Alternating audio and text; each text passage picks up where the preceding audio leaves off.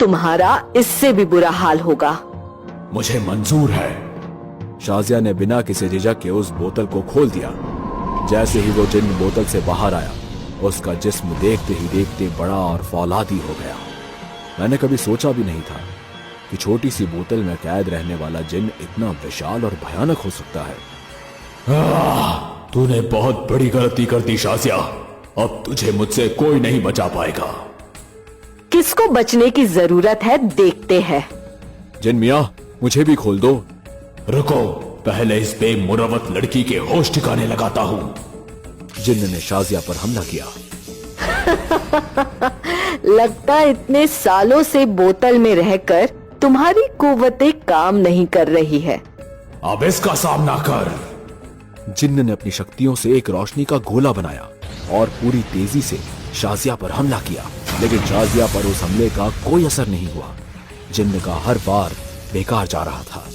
तभी शाजिया हवा में उड़ते हुए जिन्न के ऊपर एक के बाद एक वार करने लगी, जिससे उसका मुंह खून से भर गया। जिन्न, जो अब तक अपने आप को सबसे शक्तिशाली समझ रहा था, अब लाचार नजर आ रहा था। क्यों जिन्न, मुझे मारोगे नहीं? इतने सालों से बस इतनी ही तैयारी की तुमने? शाजिया! जिन्न ने शाजिया को गर्दन से उठा लिया। शाजिया अब भी एक तीखी मुस्कान के साथ हंस रही थी और ये देखकर जिन्न का गुस्सा और भी बढ़ता जा रहा था। गुस्से में जिन्न ने अपने मुंह से आग उगली, लेकिन वो आग शाजिया का बाल भी बांका न कर पाई। जिन्न खुद हैरान था। तभी शाजिया ने जिन्न की उंगली पकड़कर उसे हवा में उठाकर जमीन पर जोर से पटक दिया। शाजिया की इतनी ताकत देखकर बोतलों में कैद सारी शक्तियां हैरान थी। शाजिया ने फिर एक बार उस जिन्न को पटक दिया और तेजी से टेबल पर रखी बोतलों से जा टकराया और मेरा मुकद्दर खुल गया। हमजाद की बोतल जिन्न से टकराकर टूट गई और हमजाद आजाद हो गया। आजादी मिलते ही हमजाद ने अपना कद छोटा रखा और चुपके से मेरी बोतल के पास आ गया।